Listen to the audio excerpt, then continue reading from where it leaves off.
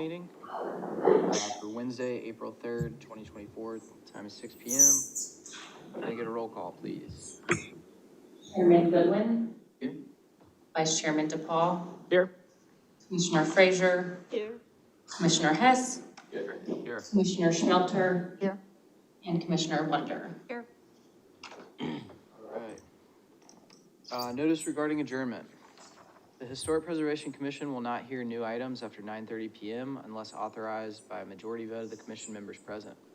Items which have not been heard before 9:30 p.m. may be continued to the next regular meeting or special meeting date as determined by the commission members. I'll have a chance to read the agenda. I'm looking for an adoption of the agenda. Can I get a motion? I motion to adopt the agenda. Second. Any discussion? All in favor? Aye. Aye. Okay. The agenda has been adopted. Now we're looking for an adoption of the minutes. Can I get a motion? Aye. Second? Any discussion? And all in favor? Aye. Aye. Minutes are adopted as written. No public comment? Aye. And no old business. So let's move on to new business, a public project. Good evening, Commissioners. Tonight's meeting should be hopefully a fairly brief one. The only item that we have before you tonight is a for comment, which is the capital improvement project for the Pritchard Street streetscape improvements. The summary of the project is basically the largest goal of this project is to work through the stormwater challenges that are taking place on Pritchard Street and reshape the stormwater infrastructure that is existing on there and not keeping up with the water that is during a regular storm event, let alone a flooding storm event.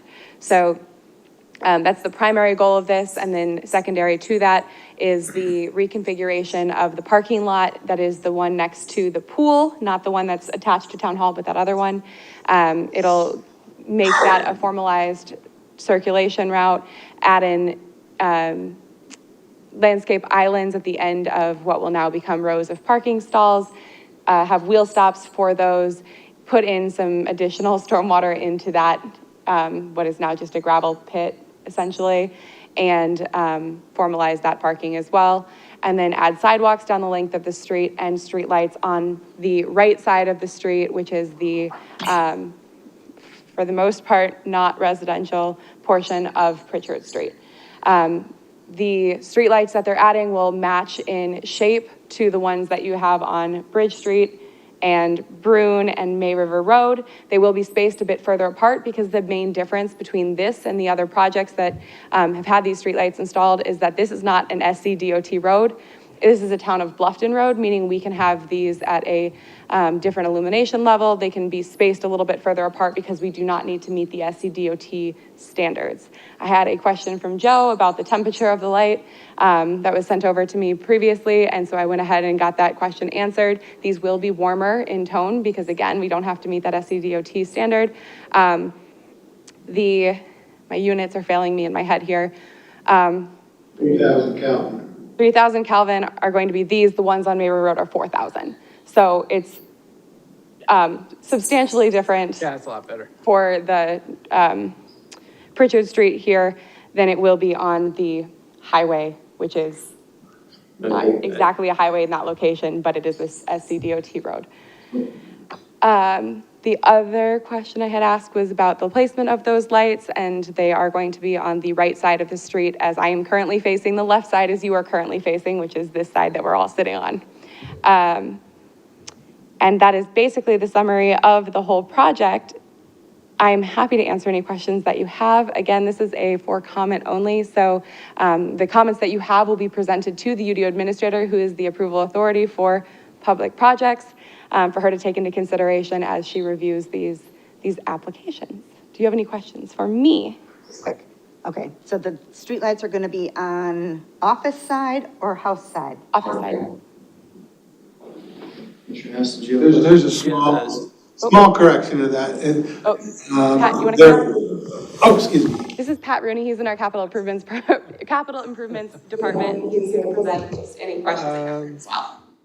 East side of the road is the school side of the road. That's where these lights are generally going down, except for the very last two right up against Bruin, they switch over to that, there's two on that side as well. Where the So- May River Donuts is But going. that's where kind of the drainage ditch comes in, there's not a lot of developable land in there. So, at that portion, basically across from Court Atkins, that area will have lights on both sides of the street, but the remaining portion of the roadway from Court Atkins all the way down, it's just on the east side of the street, the school property Are you side. trying to drain this water to behind the houses on Pritchard Street? That's the end outfall for all the drainage that doesn't sit there during a storm. Yeah. Right now, we have a lot of standing water that just infiltrates over time, but, Where's the water at? excuse me? Where's the water sitting at specifically, like? A lot of times it's sitting on basically the shoulders of the road, and then in the parking lot, that's the school parking lot, there's a big lake there, depending on the size of the, And like that standing water, like usually evaporates, like what's the concern of the water standing? Just to educate me. So for the most part, the water, some of it evaporates, but most of it slowly infiltrates through the topsoil and the grade. So it'll sit there until it goes through what is currently there. In order to not have those puddles, which for normal sized storms are currently like 3 or 4 inches in a lot of places, sometimes a little deeper than that, depending on how it's sitting, but towards the school parking lot, it gets a bit deeper than that even. The stormwater infiltration goal is to make sure that all of that is filtered through that topsoil and all of it is filtered through the top before it gets into the May River, which is eventually where all of this water ends. So when it goes into this, here's the, if you, So, like, I don't think but my question Sorry. is, so the water is sitting there, right? Like, what's the impediment or the danger there? Like, and honestly, like, my own little boyish, like, enjoyment is those puddles driving through them. But, like, honestly, like, when it just sits there, I know it's annoying, you can't walk over it, and then, like, you have to walk around it, when it's not raining at this point, and it's still there. I get that, but like, is it an environmental impact for water to be sitting there? there is some environmental impact for the drainage of Pritchard Street, in that some of that eventually makes its way into Hayward Cove and then into the river. And a lot of these projects, one of our main goals is to keep pollutants out of the headwaters of the May River. So I would say there is standing water, but there's also sheet flow water that now can be captured into a subsurface drainage system to infiltrate it, as opposed to sheet flowing. Okay, so there's like a catch for like pollutants in the Yes, system, okay. yes. Plus, we do get How some often does that complaints, get cleaned out? we do get some complaints from citizens about standing water, and why don't you do something? Oh, yeah, I mean, Why don't you do something about the drainage? I'm sure everybody in my neighborhood complained about that one across the street for a long time. How you get out there with your sponge? Yeah, so how often does that catch all get cleaned out?